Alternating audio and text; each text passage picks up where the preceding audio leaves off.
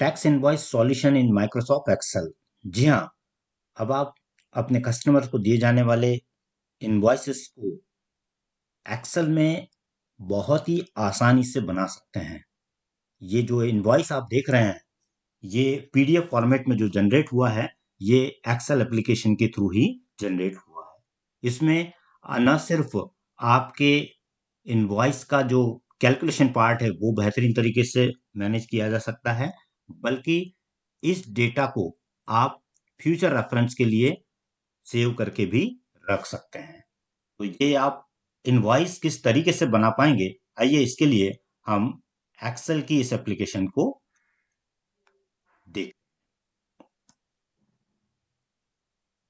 Excel की जिस application की हम बात कर रहे हैं वो आपके किसी एक फोल्डर के अंदर आप सेव करके रखेंगे, और इसे जैसे आप रन करेंगे, सबसे पहले आपसे लॉगिन क्रेडेंशियल्स मांगे जाएंगे ताकि आपकी इस एप्लीकेशन का अनऑथराइज एक्सेस ना हो पाए। राइट, यूजर नेम पासवर्ड आप चेंज कर सकते हैं।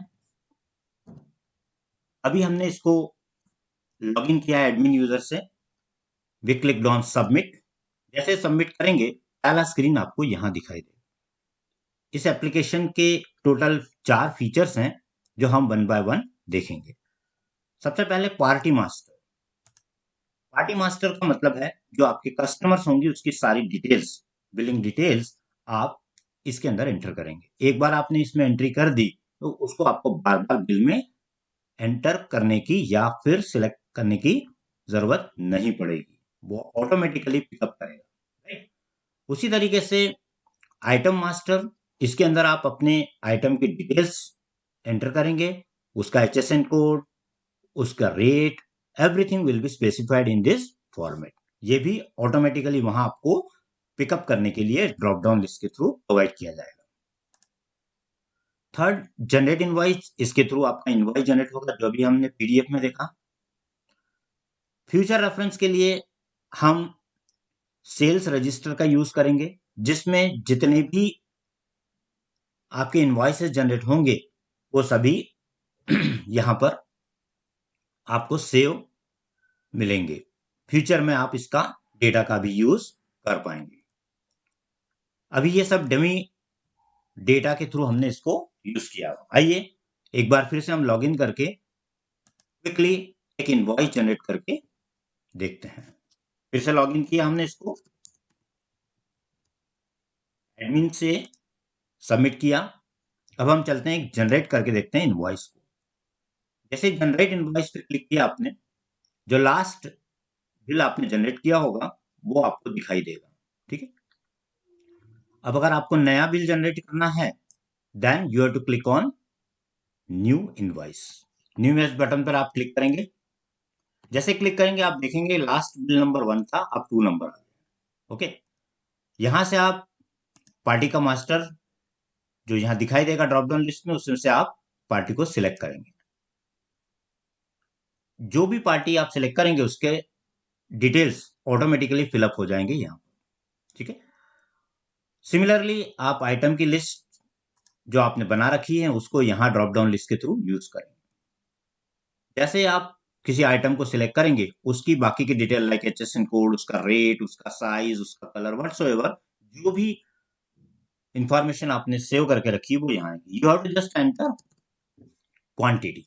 जैसे आप क्वांटिटी एंटर करेंगे, उसका मल्टीप्लिकेशन करके वो फिगर बता देगा। Similarly you can opt another. Okay, again you have to enter the quantity.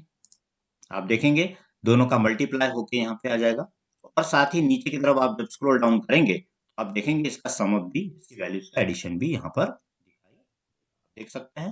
दोनों फिगर का टोटल 16,850 आ गया। और उसी का जो जीएसटी रेट एप्लीकेबल होगा उसके वर्किंग सीजीएसटी एसजीएसटी के अंदर डिस्ट्रीब्यूट करके वो आपको दिखा देगा। इफ आईजीएसटी एप्लीकेबल तो आईजीएसटी भी अपने आप एप्लीकेबल होगा। आईजीएसटी कब कैलकुलेट होगा? जब आपका कस्टमर आपके स्टेट से बाहर का होगा, इंटरस्टेट का होगा, सप्लाई बाहर होगी, तो वो ऑटोमेटिकली उसको आईजीएसटी ले लेगा, सीजीएसटी एसजीएसटी की जगह जीरो आ जाएगा। ठीक है, और साथ ही रुपीज इन वर्ड भी यहाँ पर आपको दिखाई देंगे। अब इस इनवॉइस को अगर आप सेव करके रखना चाहते हैं तो आपने सेव इनवॉइस बटन पे क्लिक करना है। जैसे सेव किया है, कुछ समय ये स्क्रीन फ्लिकरिंग होगी और आपका डेटा कैप्चर होके एक नई शीट के अंदर ऐड हो जाएगा। इनवॉइस सेव्ड सक्सेसफुली मैसेज आएगा, क्लिक ऑन ओके। जैसे ओके करेंगे ये ऑटोमेटिकली इसकी पीडीएफ भी कन्वर्ट करके दे देगा। इससे बेहतर और क्या हो सकता है कि आपको पीडीएफ बनाने के लिए भी अलग से कोई वर्किंग करने की जरूरत नहीं है। आप देख सकते हैं पूरा इनवॉइस पीडीएफ फॉर्मेट में कन्वर्ट हो गया और ये फ्यूचर रेफरेंस के लिए आपके लोकल पीसी पर एक ड्राइव के अंदर जाकर सेव होगा। मैं एक बार दिखा देता हूं आपको। ये देखिए इनवॉइस नाम से एक फोल्डर बनेगा और जिसमें जितने भी इनवॉइस आप जनरेट करते जाएंगे फाइनेंशियल ईयर वाइज ऑटोमेटिकली उसका सेविंग इस फोल्डर में होता जाएगा। ये बिल नंबर 1 था, इसी तरीके से 2, 3, 4, 5, 6 जितने भी बिल जनरेट करेंगे वो आप इसमें देख। तो यदि आप इस एप्लीकेशन को बनाना सीखना चाहते हैं या अपनी बिजनेस के लिए आप इसे लेना चाहते हैं तो नीचे कमेंट बॉक्स में आप कमेंट कीजिएगा और मेरे व्हाट्सएप नंबर पर आप डायरेक्टली मुझसे कांटेक्ट भी कर सकते हैं। Thank you very much.